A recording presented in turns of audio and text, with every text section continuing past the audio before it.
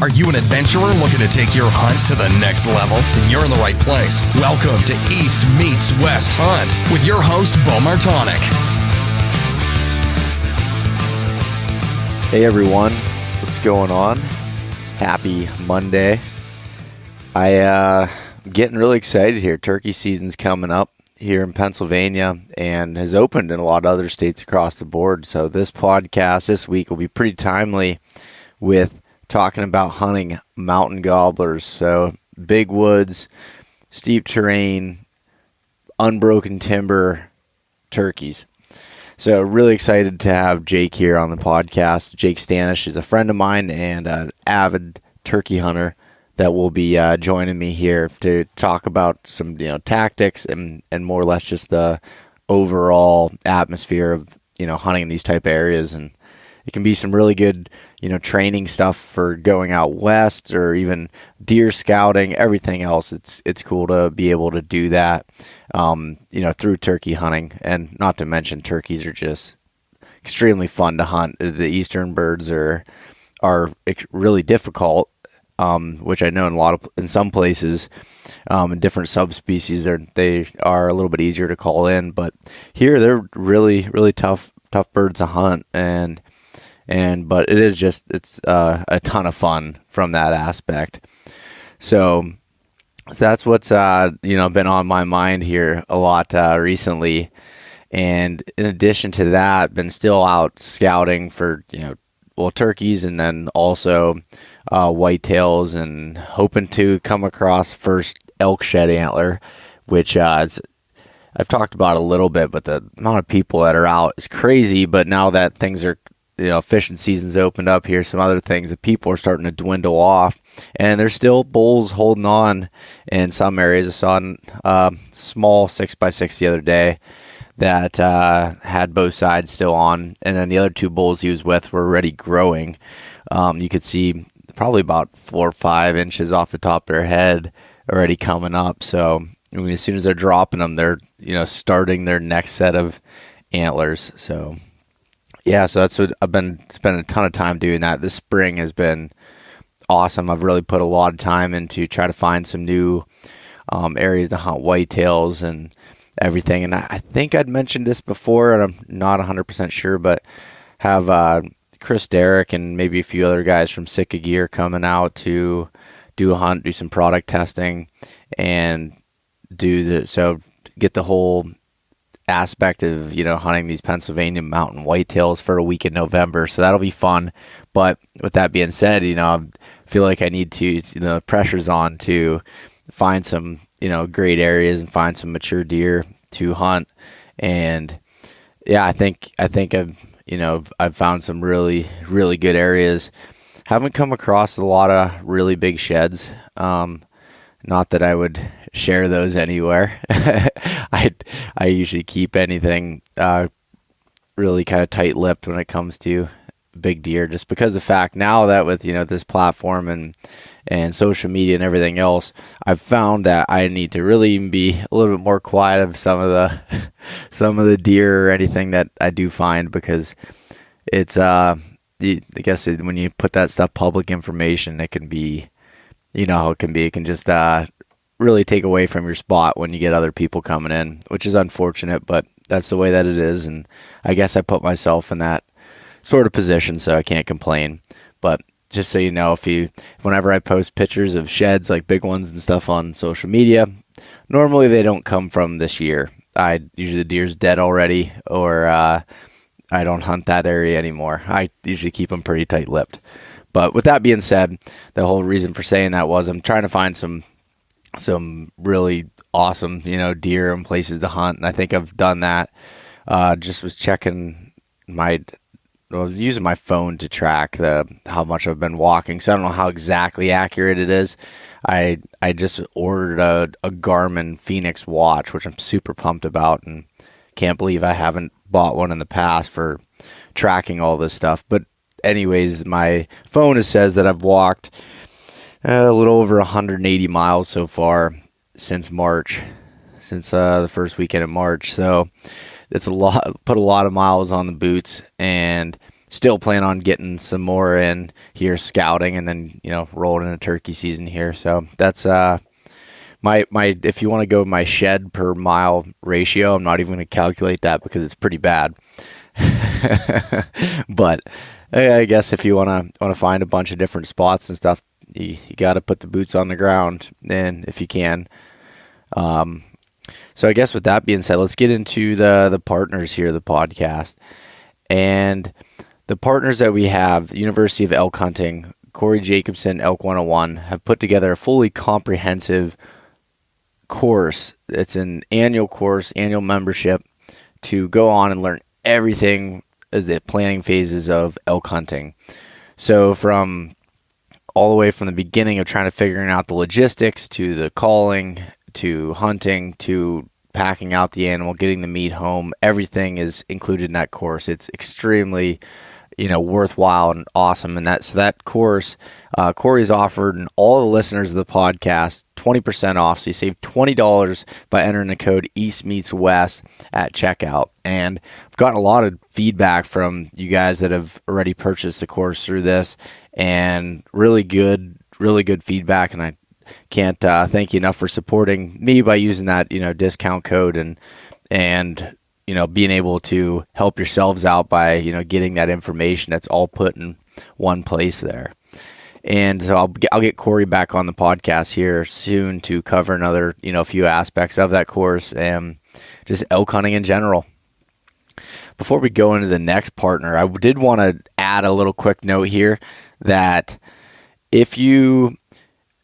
I want to get some more feedback on people, what you want to know specifically when it comes to planning Western hunts or just Western hunting in general, whether that's, the food, meal planning, fitness stuff, gear, specific, gear, tactics, different parts of the logistics to plan these hunts. I want to know, where the gaps are, with my goal being helping people, reduce that learning curve and really, fill those gaps that you might not be getting from other places.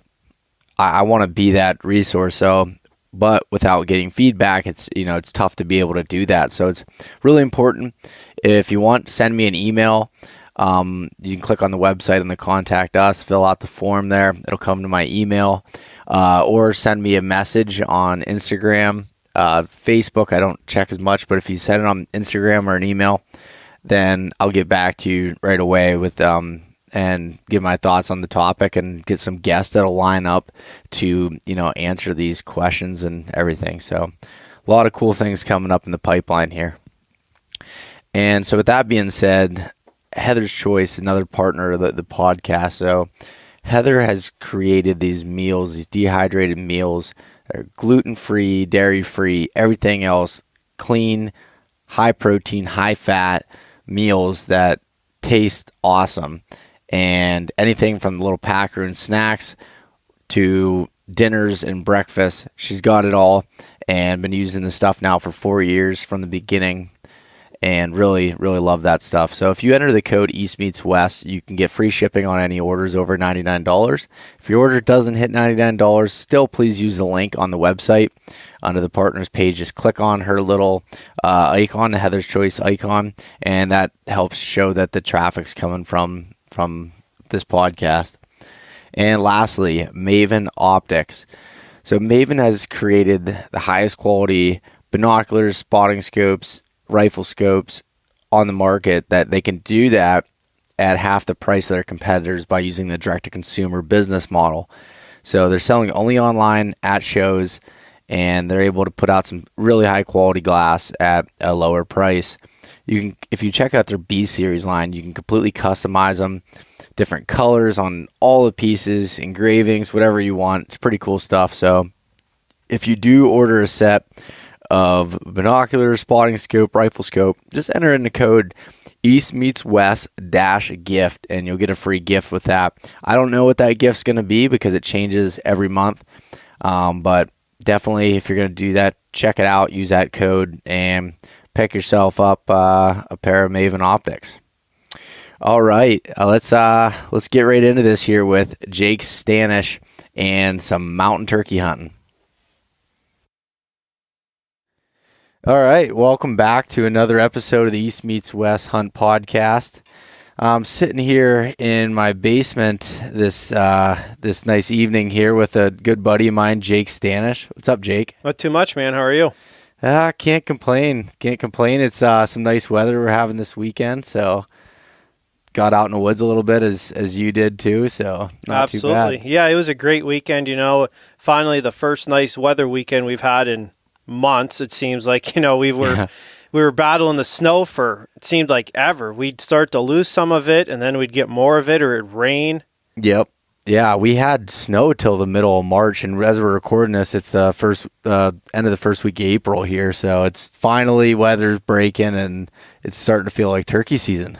Yeah. This weekend was a really good weekend to be in the woods. At least from what you and I were talking about before we started to record. You had some action out in the woods. You heard some birds and gobbled some in with your mouth, just kind of messing around, and called in 2 nice longbeards. So I'm sure that was fun to see. Yeah. Oh, that was awesome, and I talked about it a little bit on the one intro podcast here, but yeah, I was telling Jake beforehand, they were all the way across the other side of the river there, flew down across the hill and came running up to me with mouth gobbling and making noise in my mouth. And it's so funny because that would, one, never happen during the season, and two, them birds are so smart, but sometimes they can be so dumb at the same time. But as we were talking, some of these birds that we're hunting, I don't think see people as much in some of these areas. So no, I mean you can just tell in some of those areas where you and I, where you get off of the main road, a mile or more sometimes is all it takes. And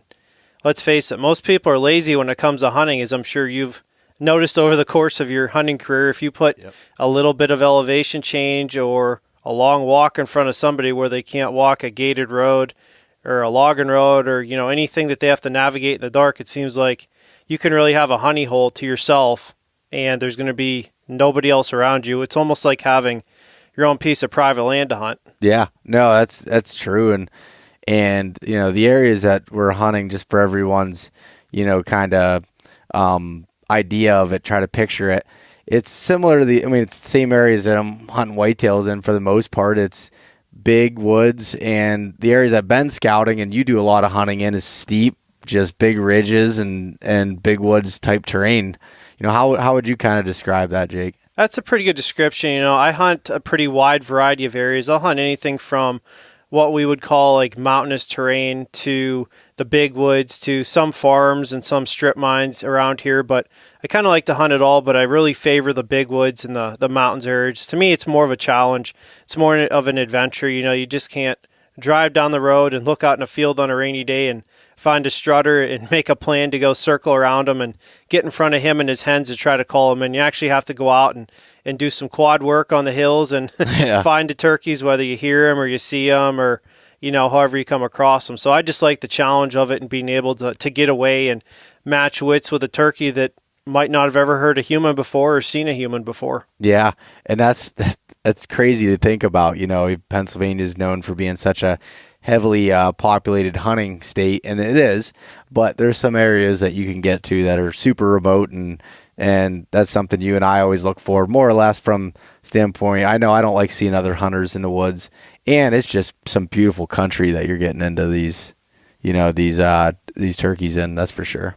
Absolutely. And, something else cool about it is just some of the things that you can see if you get off the main road far enough, that you see more animals like in their natural habitat. Like you might see gobblers fighting, or, a gobbler breeding a hen, or you might see fawns born at that time of the year. If you get away from all the other pressure and all the other hunters, where a lot of these animals feel safe, you get to see a lot of really cool things. Yeah, no, that's for sure. And kind of skipped over that a little bit here at the beginning, but Jake, do you want to do a quick introduction of yourself and just kind of, you also run a podcast too, so he's not shy on the mic, I guess. Yeah, so my name's Jake Stanisch. I'm from St. Mary's, Pennsylvania, and I am a turkey hunting addict. I've been turkey hunting since I was probably 5 or 6 years old with my dad. At the time in Pennsylvania, we couldn't start to actually carry a gun and hunt and participate in the hunt until we were 12. Recently, they changed that, probably, Bo, in the last 5 to 10 years? Yeah, probably 5 years or so, I'd say. So I've been going with my dad ever since. I remember this plain as day. Back when I was a kid, well before then. I don't even know how I got this DVD or how I talked my parents into getting me this, but I remember watching Realtree's All-Stars of Spring 3. Why I remember this, I have no idea, but I remember watching this video and thinking, man, this is cool. Seeing them call turkeys in, see turkeys up close, and kind of from then on, I was just obsessed with them. When we were in the woods hunting, I'd always ask my dad questions about, show me turkeys. I want to see where turkeys live. I want to know what they eat. Show me what they sound like. And we were out fishing one night, and I heard a turkey gobble, and he looks at me because he could see the amazement in my face when I heard this, and he's like, do you want to see if we can go find him? And I kind of gave him this dumbfounded look like, the heck with this fishing, let's go. Yeah.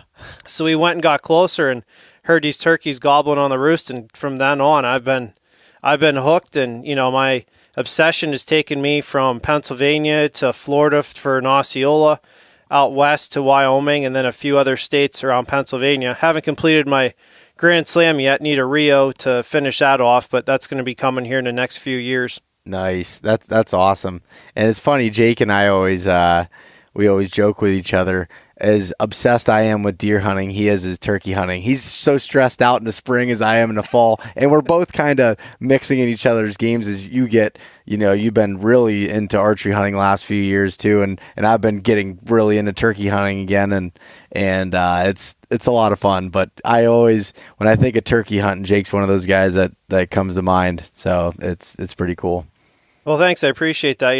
It's been overdue to do another podcast. You and I are both busy with our respective podcasts, with you with the East Meets West Hunt, and mine with Elevate Your Game Radio starting last fall in October. It's been busy, and there's been a lot of lessons learned, but overall I'm happy with, overall, I'm happy with where I am, and how many people we're able to influence, and just the different people you're able to meet. I'm sure you testify to that as well. It's just cool to see all who you can meet doing these types of things. Yeah. You've had some awesome guests on the show, and a whole wide variety of different people. And some people, I remember you were telling me, you're like, I've looked up to these turkey hunters or whatever, deer hunters, everything, my whole life, and now I get to interview them, and talk with them on the podcast. That's pretty awesome.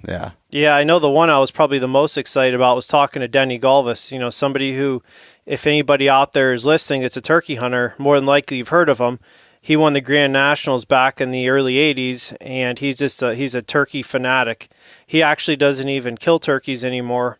He just would rather go out and call them in and film them and learn from them, and just has such respect for him that he doesn't want to shoot them. He's got a rule, he's never going to hurt one again, so he just goes out and takes his camera, calls them in for fun, and learns from it. And the guy's just so passionate about it. I mean, if he calls you, you better plan on knocking off at least an hour in your schedule so that you've got time to talk to him, because the guy's extremely knowledgeable and passionate about this. Yeah, no, that's awesome. And you can hear it in those type of people's voice when you talk to them, and that's the way, like when I was interviewing Corey Jacobson on the podcast, he's big, into elk hunting and elk calling, and you can just hear the passion, in his voice. And similar situation with Denny from the turkey hunting world, and it's pretty cool to get to definitely meet that variety of people. So that's awesome about it.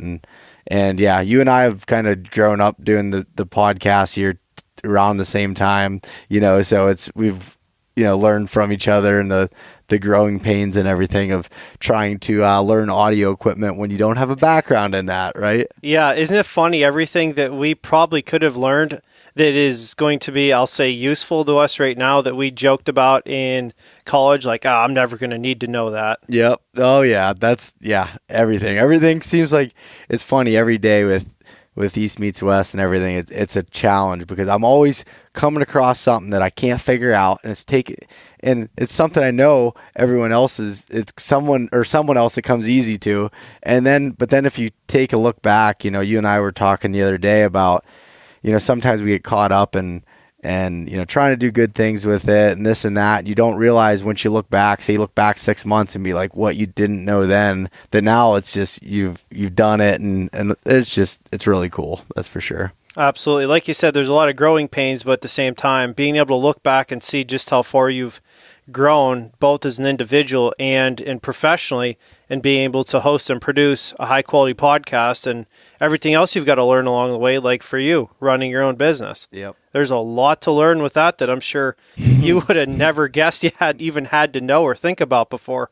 Yep. Oh yeah. Yeah. I'm still learning, especially the whole managing the finance side of things. Yeah, that's not my strong suit, but yeah, you learn, definitely learn. But yeah, so kind of what I want to dive into on this podcast, Jake, is talking about hunting mountain, big woods turkeys. We got turkey season coming up here shortly. I mean, most states, probably when this releases, it'll be right around opening day. It looks like middle April. I'm trying to release this, and then we open up the last weekend in April. Well, youth is the weekend before that, but it's getting close, and I think this is a good time to talk turkeys. What do you think? Absolutely. My wife will testify to that turkeys are on my brain 365 days a year, and every hour of the day I'm thinking either how I'm going to find turkeys or how I'm going to kill this gobbler that I've been hunting. And I'm sure she's glad that I'm over here tonight talking to you about it, so she doesn't have to hear me calling down the basement or building calls or having somebody call me and we talk for hours. She just walks through the kitchen and the living room, just kind of rolls her eyes at me some nights. Yeah, you probably tell her everything you're thinking about turkey hunting. She's just sitting there like, geez, can he She's like, this somewhere? turkey just needs to get shot so I don't have to hear about him anymore. Yep, that's funny. But all kidding aside, I'm lucky, I'm fortunate. She loves to hunt with me, so we go out and we turkey hunt quite a bit. And yeah, we got our first couple turkeys on film, so that was pretty cool. Yeah. First one was in the fall. I was out actually archery hunting at night. Ran into a flock of like 30 birds and scattered them once they got in a limb. And we snuck back in there in the morning and were able to call the brood hen back in, and she got a nice shot at that one at like 30 yards and got that on video. And that was a really cool experience because there's not too many times where you can capture the raw emotion of somebody getting their first whatever, whether it's a turkey, a buck, an elk, whatever it was.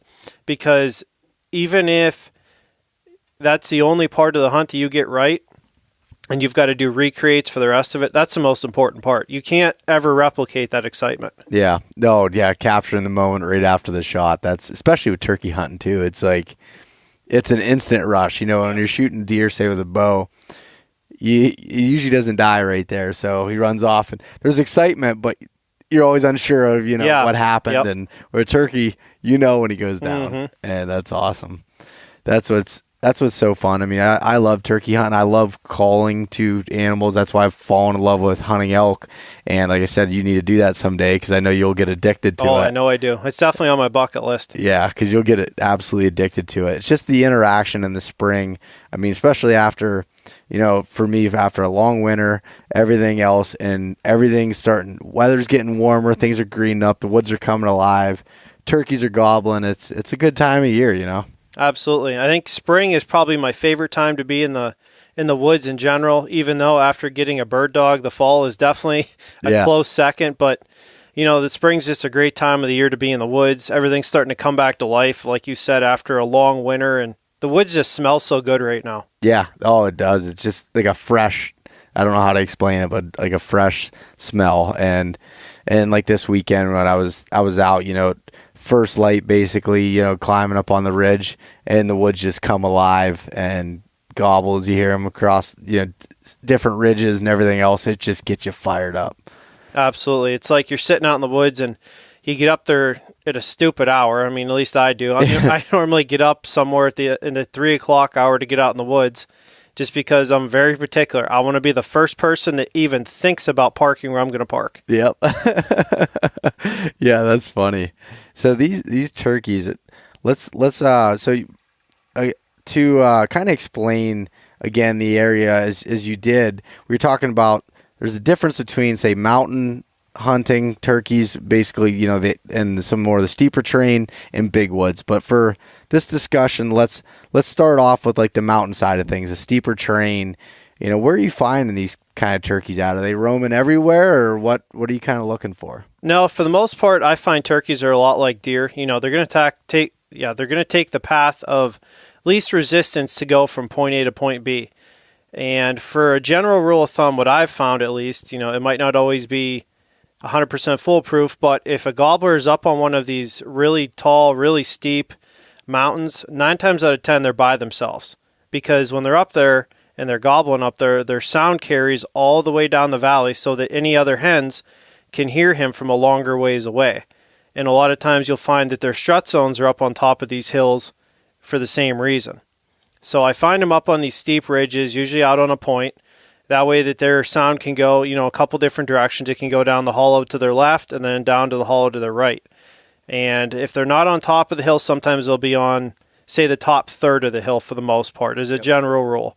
But if it's a really nice day and there's not a lot of wind, usually you'll find them up at the very top of the hill or just down off the top for the most part, from what I've found. Okay. But, you can find them, down closer to the bottom, or if there's some pines, maybe halfway up the hill. But usually they're on the top third of the hill from what I've found, as long as the weather's decent. Yeah, okay. So if it's real windy, they kind of tuck down in the valleys a little bit? Yeah, that's what I found that they do a lot of times. They just try to take it down off the hill and tuck into some hemlocks or into a little hollow just to get out of the wind. Or they'll be on the opposite side of the ridge if the wind's blowing a particular way and it favors them, just so that they can get out of the weather, because turkeys sleep in trees. They roost in trees at night, and they're usually anywhere from 25 or 30 feet off the ground, sometimes more. So imagine being in your archery stand and getting blown around from left to right and front to back all day. Yeah. After a little bit of that, it starts to make you a little bit nervous. So think of a turkey as the same way, but they have to stay up there and sleep all night. Yeah, that's a good point. So with their roosting locations, do you typically find them, up on the top if the weather's okay, or are they more or less in valleys and on the side hills? I find them on the side hills, but usually towards the top of the hill. More like if there's a nice bench towards the top of the hill, 9 times out of 10 they're going to be up there or towards the top. Okay. And as far as like certain trees that you would consider roosting trees, is there a certain type that they like to roost in more than others? From what I found, it's normally hemlock and hardwood trees, so anything from oak to cherry, if you have any black walnut, trees like that. I've seen them in beech trees, but around here, most of the beech have a blight, so the beech are dying off. But really any kind of tall tree, sometimes heck even maple trees, anything with a nice long straight limb. I actually saw a turkey a couple weeks ago that I heard from one ridge and circled around and got above him just to try to find out where he was roosting, and I went a little too far, and I looked down off of the bench, and he was like 50 or 60 yards from me, and he was strutting back and forth across the limb. Really? Yep. On the limb? Yep. But unfortunately, my camera lens I had with me was a little bit too small, and I couldn't get that nice close-up of him strutting on the limb. It was only a Jake, but it's still something you don't get to see all the time. He just kept going in and out of strut and spinning around. And really? I've never seen that before. That was really cool. Huh. Yeah, I really didn't even realize they did that. That's awesome. And, something you don't see everywhere, that's for sure. No, you don't. It's not too often you get that close to turkeys and they don't spook. You can actually just sit there and kind of take it all in and watch them. Yeah. No, that's awesome. So you had mentioned, about where they typically, would roost at and everything. But as far as with them being on the ridge tops, you mentioned about them being able to gobble down the valleys. Is there any other reason that keeps them on those, ridges? Is there any food that they're keying in on? Any different thing from the vegetation standpoint? From what I've seen, for the most part, they like to roost up that high, like you said, to get their sound directed from the biggest area that they possibly can. But a lot of times you'll find food up on those benches. You'll find anything from acorns, beech nuts, cherries sometimes. And it's just an easier way for them to go, because a lot of times I've found you always want to try to get above a turkey if you're going to work them, even with them or above them, because they don't like to come downhill. Mm-hmm. And I think that's just because if they go down and they don't find what they want, then they got to walk back up. Yeah, that's a good point. Like you said, they're lazy. Yeah. And it's funny because they have a lot of similar characteristics to deer in this type of terrain, where they're living at and doing everything.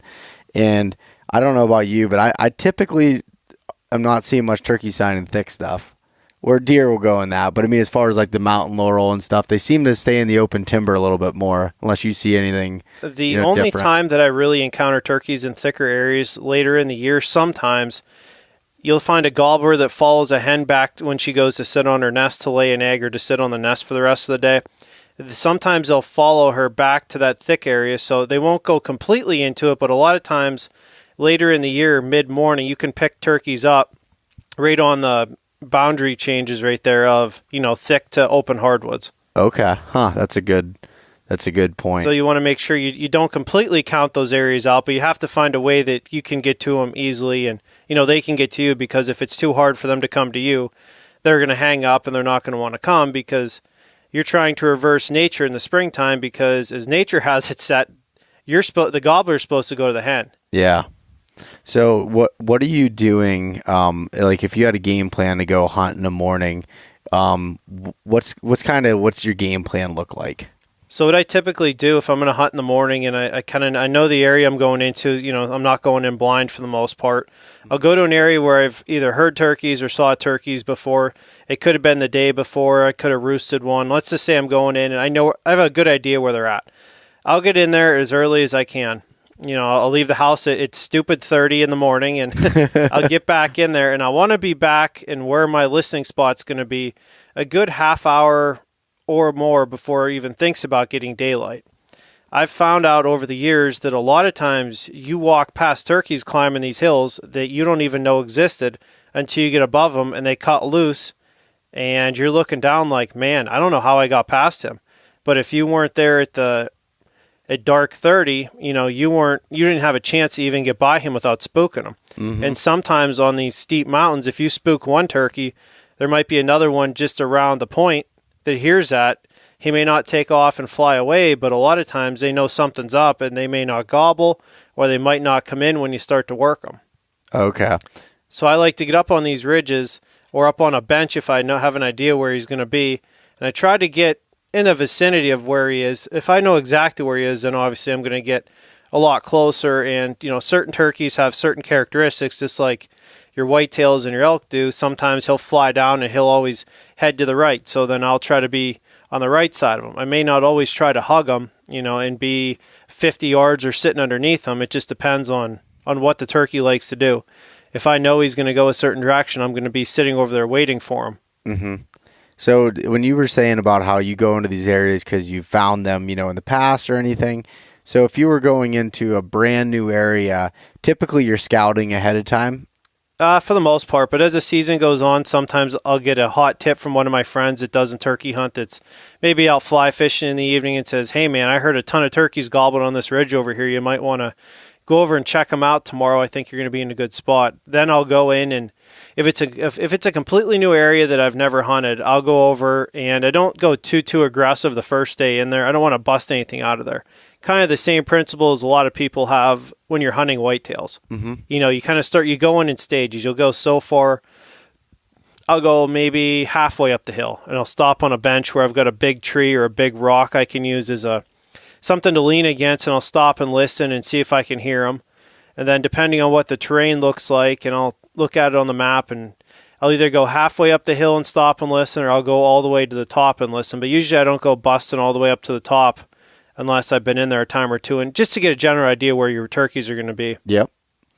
Okay. And then as far as so can you hear pretty good usually from those benches as you're going up, or I guess the way you're pointing it out is you have a hot tip that this ridge or this point has them on. What if you're going to a new spot and you have no idea where the turkeys are? Are you going to a certain place to listen?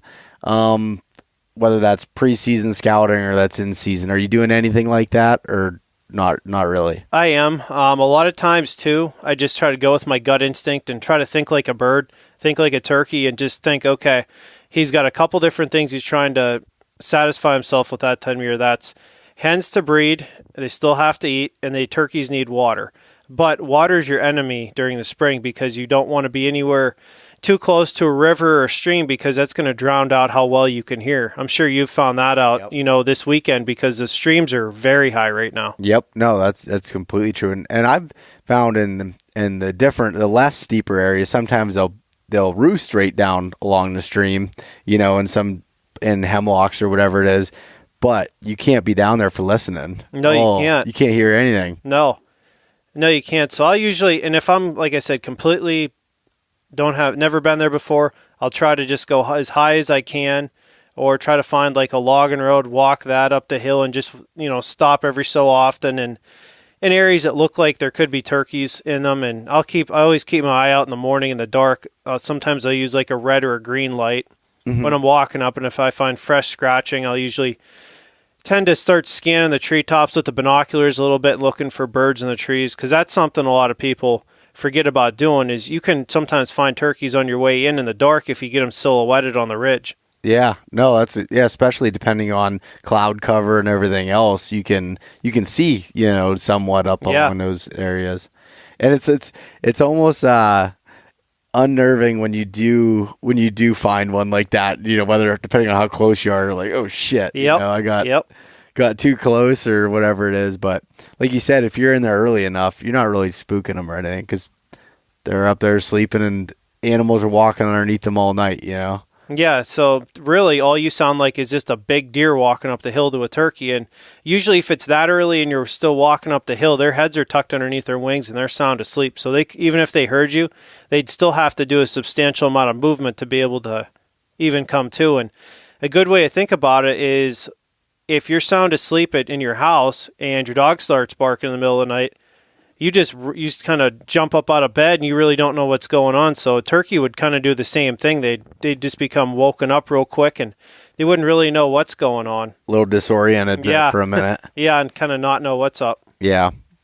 And so another question I had is, and this is even being for selfish reasons too, is, as I'm hunting new areas and everything else, if you're looking at a map and you're like, all right, this looks like an area that might have turkeys, or do you pick out anything that looks, I don't know, that you would say, I want to hunt here?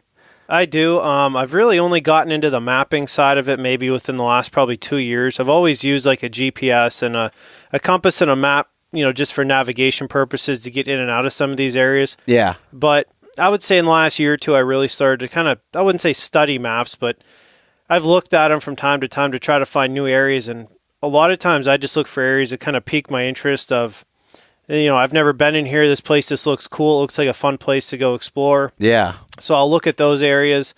A lot of times I'll try to find different areas I haven't been to that have like a lot of habitat diversity.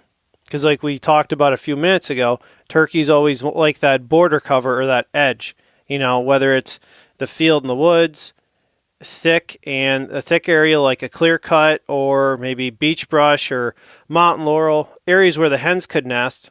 You want to find that because sometimes they'll follow those hens to the nest later on in the season. So you want to have the variety of habitat, and then you have to make sure that there's some type of food in there. And around here, most of your food in the mountains and in the big woods are going to be your mass crops, and as they get lower in elevation down towards the fields, you might find some fruit trees. There might be some apples from last fall left over, or some berries that are starting to come up, clover, grasses. Another thing to keep in mind too is if you find any springs high up in the valleys, keep your eyes open for this little green plant called watercress. Turkeys absolutely love it.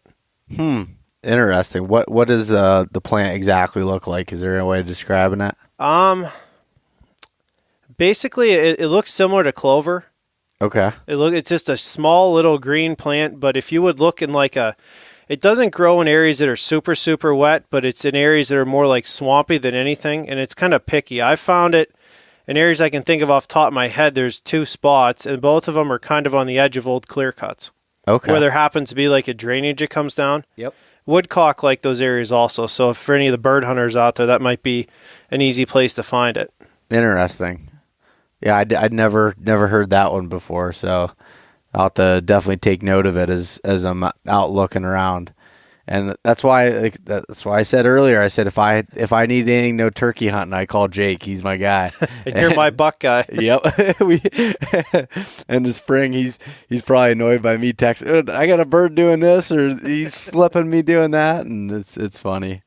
But yeah, this type of area, and these type of areas that we're hunting here for turkeys, it spans the whole way up the East Coast, all the way up to the Appalachian Mountains. You can, we were talking about Virginia and everything else. They're all similar type. You hunt New York, there's a lot of areas with big woods type mountain birds that are, quite a bit different than hunting field turkeys. Absolutely. The one thing that kind of kills me, I'll just come out and say it. I absolutely hate field turkeys with a passion. It's just, it's frustrating to me that I've got to walk a half a mile to move 50 yards on a field turkey because you've got to go back into the woods and circle around them and try to get ahead of them. That's just not my forte. I'm not used to that. I'm impatient by nature. Yeah. So if 9 times out of 10, if a turkey's not doing what I want him to do, I'll belly crawl back out of sight if I have to, or let him walk off. I'll drop down on the bench below him or above him, depending on the situation, the setup, and I'll get around him. Yeah. That's one thing you can't be afraid to do is move. And in these big woods and mountain regions, that's where knowing the lay of the land really comes into play. Yeah. Is knowing how you can move around and navigate these areas quickly and quietly. Yep. Because sometimes moving up another 30 or 40 yards is all it takes to get that turkey to come in. Yeah. I mean, you've been in those situations where you're working a bird for an hour and he gets to that point where he's like, nope, that's it. She's supposed to come to me. This isn't how it's supposed to play out. Yep. Yeah, they don't want to come that extra little bit. They're like, all right, she's going to come to me. That happens, and you hear it. And I'd say 1 out of every 3 turkey hunting stories, someone's, how did they go? Oh, I got one hung up on me, Yep. You wouldn't come that extra distance and, making those moves. And that helps, like you said, looking at maps or saying you're pulling up Onyx on your phone or whatever and saying, all right, around here's a little saddle. I might be able to sneak through there and not be able to, get detected or whatever and get around them or, it's all situational, but. Exactly. Another area I like to look into are bulls. They always just turkeys just seem to flock to them, and a bull is neat because you can get to a lot of points and a lot of high points really quickly and efficiently and work around those ridges. And a lot of times I've found those gobblers to roost on the tops of those points within those bulls. Yep. Yeah, as we were talking again before that, we both scouted a specific bull that you can think of that really has a lot of that. Yeah. So basically, and for anyone listening that's not familiar, we're talking about a bull is basically like a center spot where there's a bunch of ridges, like little small ridges that come off bigger ridges that go around in a U shape, and that center piece there is, and I'm doing a lot of hand movements that nobody can see. I'm bad with explaining it, but that's what the bull would be considered. And like you said, when you're on one of those, even one of those little mini points or spurs that go out, you can hear birds that could be on the whole way around that bull. So that's really beneficial in the mornings for, although you usually don't want to walk to them, but no, usually you'll wear yourself out getting to them. You'll hear turkeys all over the place, and your first question is, I heard him, but I don't know where he's at. Yeah, usually they're way out there, and they echo off of all the other Yep. points, and then you drop down. If you can either walk the whole way around, which may be 4 miles to get around the bull, or you drop straight down 1,000 feet and right back up the other side and get over there and realize he wasn't where you thought he was, or they moved. Yeah, more than likely they move. Yeah, that's so funny. These turkeys can be extremely challenging to hunt, but it's so fulfilling, getting them, and you put a ton of time in, and there's years. Was it last year? Or did you get one early, or was it a couple years ago that struggled? Last year I struggled a decent amount. I had a hunt that I guide for every year the first 3 days. Well, I guess first 3 days of the first week, Monday, Tuesday, Wednesday, and I had a guy out, and we had a great hunt. We went back into an area that I actually found the first day. We saw a ton of jakes in there, and I figured, if there's all these jakes here, there's got to be a longbeard or two in the bunch. So we went back in there, and sure as shit there was. So we got on him, and he came in, and the turkey actually did something I've never seen before. I've heard about it on Denny Galvis's DVDs before and in talking to other people, but turkey was coming straight to us, and we were in an area a little more of strip mine, old reclaimed strip mines. We were on the top of this really steep ridge, and there was like it was a high wall. For anybody that doesn't know what a high wall is, it's an area where they strip mined in the past, usually for coal around here, and the terrain is almost straight up and down. It's basically impassable, almost like a sheer cliff. So we were set up closer to the field edge, and this turkey was coming through there, and we were in a little bit of beach brush, so we figured we were going to be good. It was the first couple days of the season. There wasn't any foliage, and the gobbler was right in front of us, coming in on a string, something you always dream about. Hit the last minute, probably when the gobbler was right around the 60-yard mark, he comes out on a logging road they just put in. And when they put these roads in, a bulldozer comes in and pushes up the dirt on both sides of the road, so you've got a mound. That gobbler used the mound to sneak almost the whole way around us to get the sun in his advantage before we could see him. I was twisted around like a pretzel to try to turn the hunter in the right direction because he couldn't see him. I was actually sitting like 6 or 8 inches above him on a stump, and he was twisted around like a pretzel, and the turkey got behind us, and he never got a shot at him. But that was the only opportunity that I could have had until the morning I killed my bird, which was I think it was the third Monday or third Tuesday. Yeah. And I hunted every single day. Yeah. Up into that. It was a lot of hours, and I don't sleep in on Sundays like a lot of people do. I'm, like I said earlier, I'm addicted to this. I'm obsessed with it. This is what I live for. So I'm going to be out there whether it's a monsoon, and your chances of even seeing or hearing anything are basically nothing. The only way I look at it is the only way I'm not going to kill one is if I'm not out there. Yeah. No, that's true. It's you definitely go through some sleep deprivation during Big time. that time. Yeah, and I'm sure like you're the same way I am with whitetails. The end of the season, it's almost a relaxing type. You hate when it ends, but at the same time, you're like, oh. You're relieved for like 2 days, and then I don't know about you, but I kind of go into like post-turkey season depression. Yeah. but these birds, so there's some years. There's been some years, and I know you've had them like this too, where you can get a bonus tag in Pennsylvania. And I filled both of them in the first couple weeks, and it's been like, wow, this is awesome. Great season. And then there's seasons like last year, I got 2 tags. I had one opportunity where I missed a bird on like the third week, and then I never had another opportunity. And I hunted my ass off last year, more than I ever have, and didn't do. I just couldn't get on them. It can be tough. Especially when you have a spring like we had last year, and we had such a late spring. I mean, spring was easily 2.5 to 3 weeks behind. Yeah. From what I can remember, I don't think we saw really any foliage come out until there was a little bit of leaves on the trees the morning I shot my bird. So somewhere around like May 15th, I don't remember seeing any leaves until, which around here is really late. Usually you've got some foliage starting to come out by the end of the second week. Yeah, no, definitely. It was a weird season last year. I'll blame it on that. I'm going to say that's why I struggled. But. Works for me. Yeah.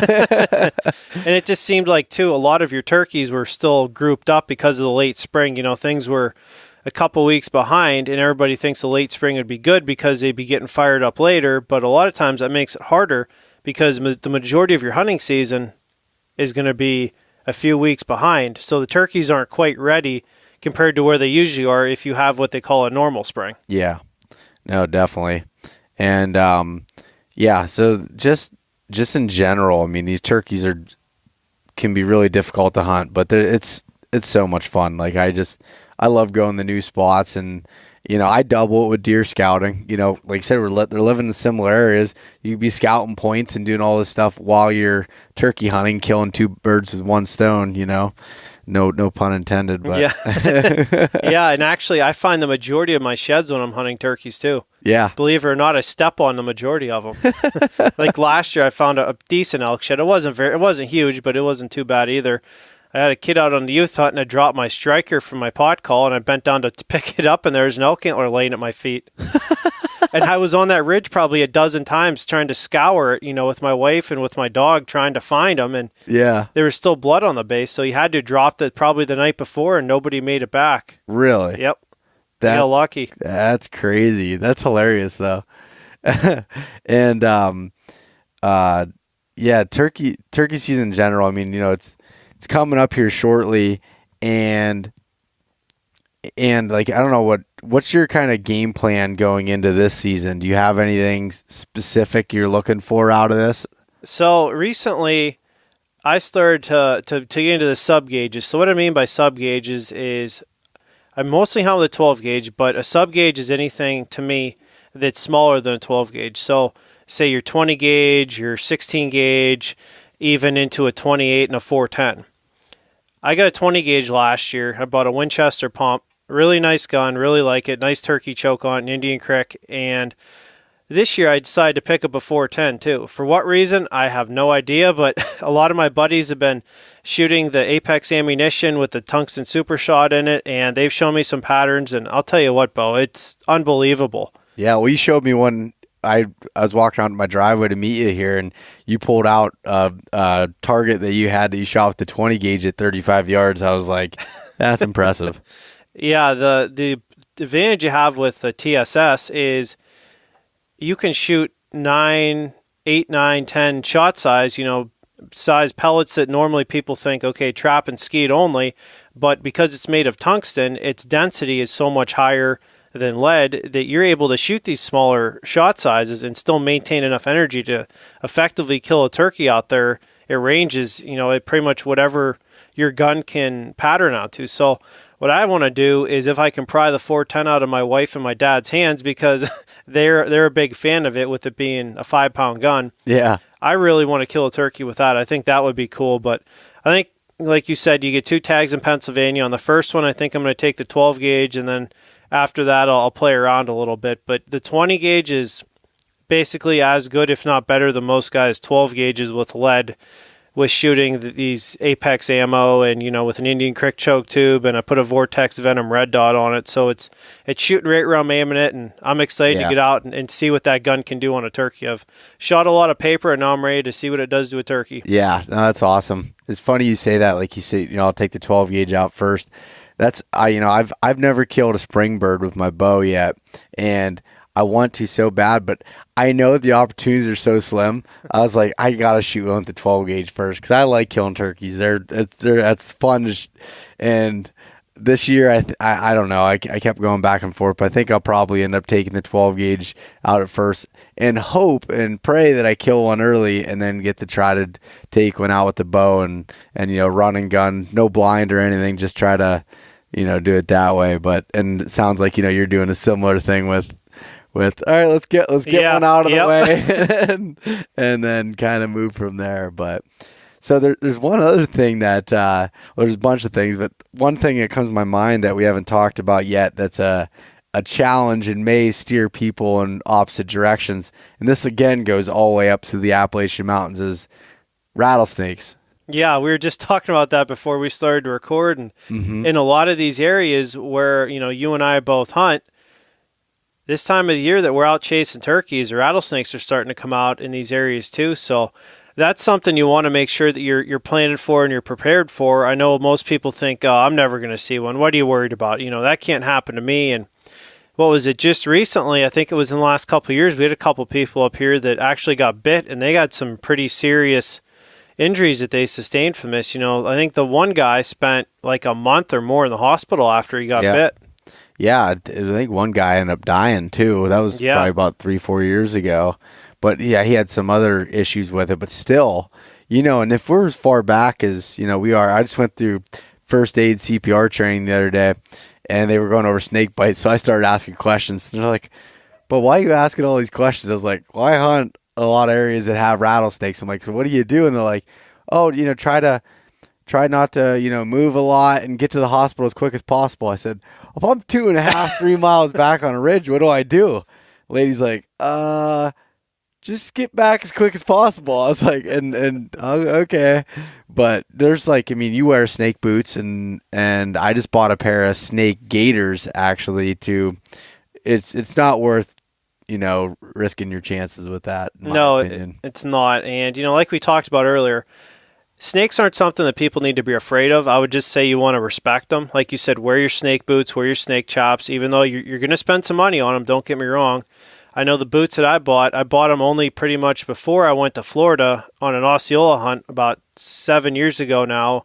And it's the same pair of boots I bought to go down there. I think I paid almost $300 for them. But the peace of mind that they give you when you're hunting is, it's worth every penny to me. And why I have them is I don't want to step on one that I didn't see. Yeah, in the dark. Or as everything greens up, the ferns get higher and you can't see. That's where it comes to a problem. So, and again, you made a really good point with saying snakes aren't something to be afraid of. They do not want anything to do with you. When I go snake hunting, you're hunting them like you'd hunt another animal. You're being quiet and you're sneaking through because you make a lot of noise and stuff, they usually just kind of get out of the way. They want nothing to do with you. They don't want to attack you.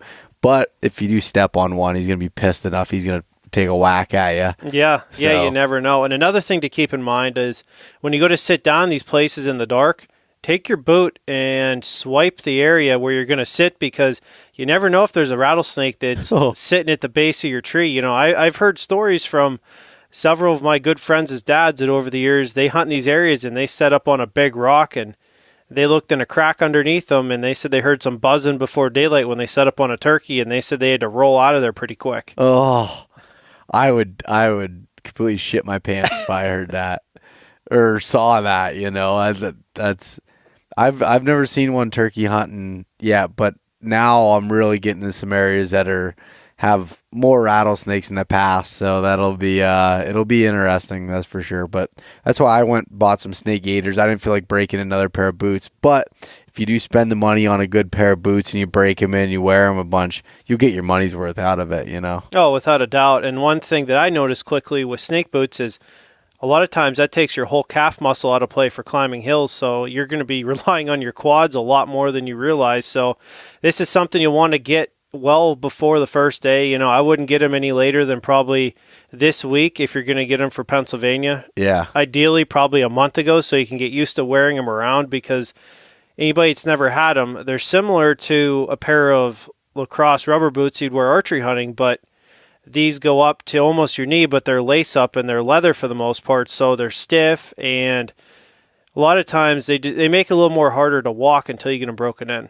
Yeah, it almost feels like you have like a ski boot on or something at first, you know, coming up, just because how stiff they are. But I'm sure, like you said, once you get them broke in and stuff, and get used to them. But taking the calf muscle out of them, climbing some of them hills, that's definitely putting a quad workout in. Yes, it is. It feels weird the first couple times you do it. You start climbing a hill, and it's like, man, why am I going so freaking slow? It's like normally I can run up this thing. Yeah. Yeah, that's funny. And you know, we were talking about you're saying a buddy of yours used to wear trail running shoes, like, you know, turkey hunting, because he'd be lighter and moving until you had to run in with a snake, and that changed his mind a little bit. Yeah, he was actually making fun of me the one morning. He's like, what in the hell are you wearing those big boots for? He said, what are you scared of, running into a cottonmouth or something, joking around? And I was like, no, I said, I just don't want to step on a snake in the dark or step on one I can't see. I said, I'd rather be prepared than get bit back 3 miles or 4 miles from the truck and then really have a bad situation on your hands. And he made fun of me for a couple of years. And then the one day he was walking out a logging road to get out to his truck, you know, later on in the season, closer to Memorial Day. And he said he looked down and he saw this giant rattlesnake. He said it must have been 4 or 5 feet long, right at his feet. And he said, after that, he said, I'll never make fun of you again. Where'd you get them at? I need a pair. Yeah. That's funny. Yeah, it's just definitely something to be aware of, but that adds to the kind of the fun of the whole thing. Oh, right? yeah, and more the adventure aspect. Yep. So, question I have is, do deer and turkeys, do they get bit by rattlesnakes? I've never even heard anything of that. You know, I think that if a rattlesnake probably got close enough to a deer would just stomp it with its hoof. Yeah. Because, I mean, that their hoof is hard material, you know, so they couldn't puncture that if they bit them. Yeah. I always wondered that. I'm like, because these deer trails go through, like, these rocks and areas where snakes are, especially get later in the summer, snakes spread out. They leave their dens quite a bit. And I always wondered that, but deer are a lot more aware than we are. You know, we're thinking of a million different things we're walking through, kind of lackadaisical, but I'm sure deer smell them too, because anybody that's ever been around a snake den or a rattlesnake or a copperhead, they have an odor to them that's very, very distinct. And I think the deer probably just know enough and smell good enough that they can avoid that. And I've seen turkeys eat smaller snakes. I don't know if they'll eat a rattlesnake or not, but I've seen where they eat like garter snakes or, you know, black snakes, rat snakes, things like that, milk snakes. I did some research on that, actually, because I was typing in something. I can't remember what I typed in on Google, but something about, I was looking up snake boots for turkey hunting, and I saw where it said, turkeys eating snakes, and I was like, what?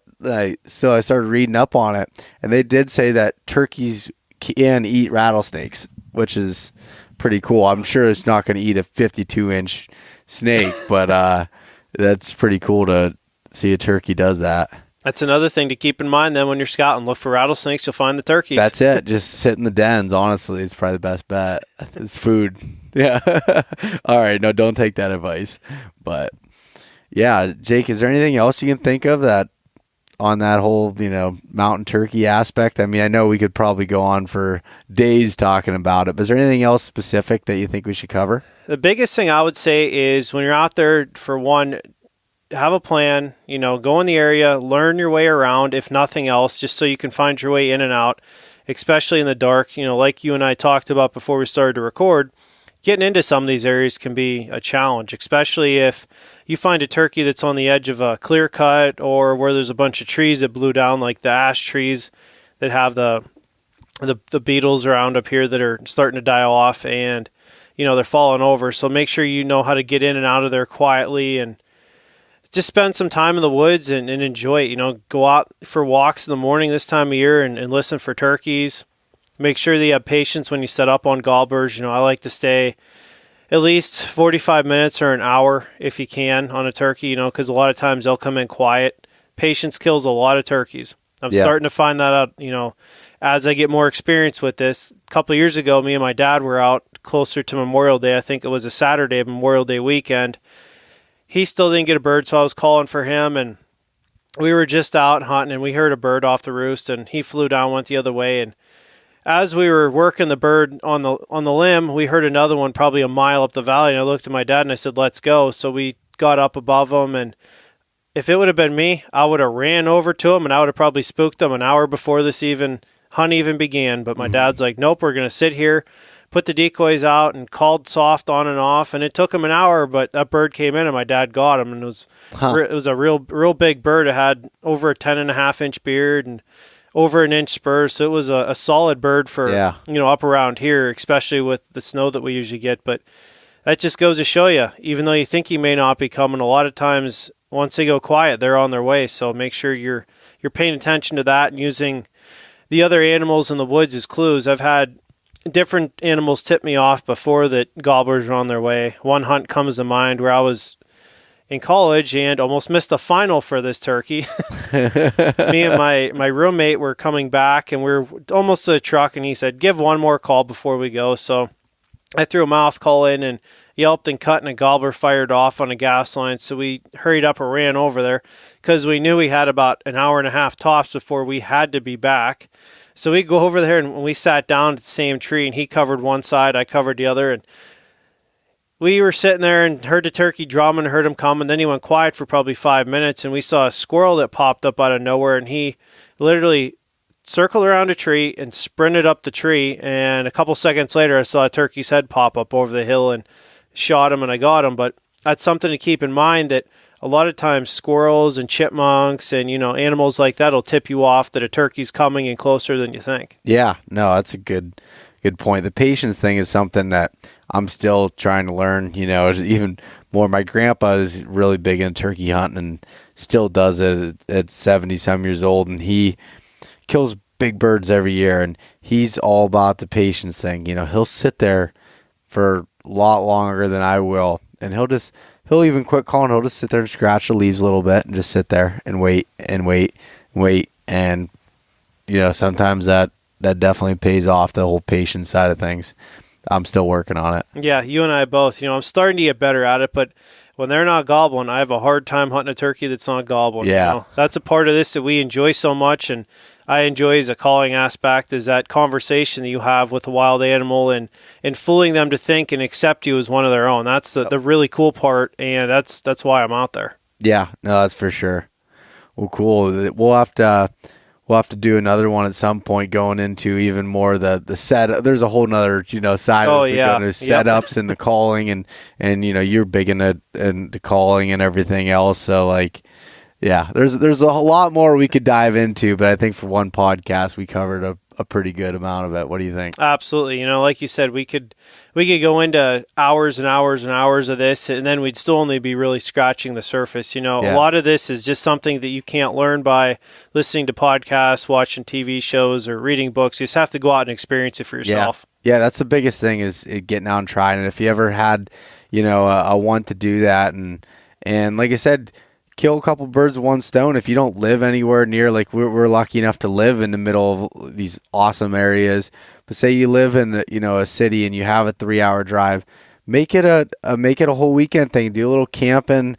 Have the family stay at the campground in the morning. You can only hunt turkeys in the mornings for the most part for most of the season, and you can combine it with a bunch of things, scout and deer at the same time, and make the most of it. Do some fishing maybe in the afternoons. Look for some elk sheds. Look for some whitetail sheds. Yeah, heck yeah. There's turkey season's at a great time of the year, and I don't do a whole lot of fishing because I'm so bad at it. But so like the first day of fishing's coming up here in Pennsylvania this weekend, I'll be most likely running the hills instead while everybody's down the streams. Yep, you and I both. And another thing everybody needs to keep in mind when you're out there is hunting safety.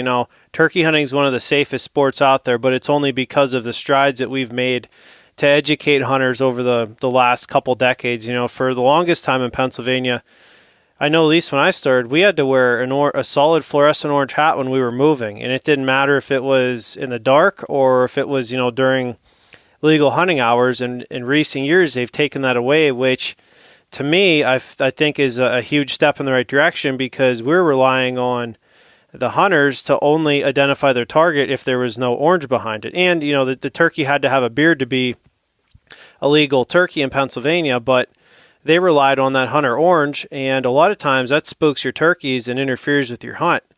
And a lot of the studies that they did, they found out the people that got shot while they were turkey hunting actually had orange on. Really? Yep. So I think what happened is people either wore hats that were maybe faded, older. They looked like had a reddish tint to them. So somebody thought it was a red of a gobbler's head and pulled the trigger without positively identifying what they're shooting at. Yeah, no, that's a really, really good point. And definitely identifying the target. And as things like reaping turkeys and stuff gets more popular, Pennsylvania, one, it's illegal, but two, just be careful, right? Yeah, very careful. Thankfully in Pennsylvania, you can only use a bow or a shotgun, no pun intended. Yeah. And you're not allowed to use a rifle, but, states like Virginia, you're allowed to use a centerfire rifle down there to hunt spring gobblers. I didn't know that either. Yep, so somebody reaping down there, one, I wouldn't recommend it. Two, if you do it, you damn well better be sure there's nobody around you. Yeah. Because somebody could shoot a centerfire rifle hundreds of yards. Yeah, that's a very, very good point. It really makes you think about it twice. Is this turkey really worth it? And you want to make sure, too, on open ground that you're careful using gobbler decoys. A lot of people like to use full strut decoys. Sometimes they can be very helpful, or Jake decoys. They can all be effective. I'm not saying don't use them, but make sure when you carry them, they're in a bag or in the back of your vest where you have nothing that's exposed to the decoy, because these decoys they have out now look awesome. They look just like the real thing. Yeah, I was saying my Avian X fools me all the time when I look at it. Yeah, they do look pretty good. The technology they've got now is absolutely amazing. Yeah, which it's funny, just not to go on a tangent, but the decoy I have is one of the breeder hen ones from Avian X. Problem is it doesn't work a lot of areas in the big woods because it sits so low to the ground, and if it's in ferns or something, you can't see it anyways. So, oh man, but all right, Jake. Well, where can people find some more of what you do, some of your photography, and then your podcast as well?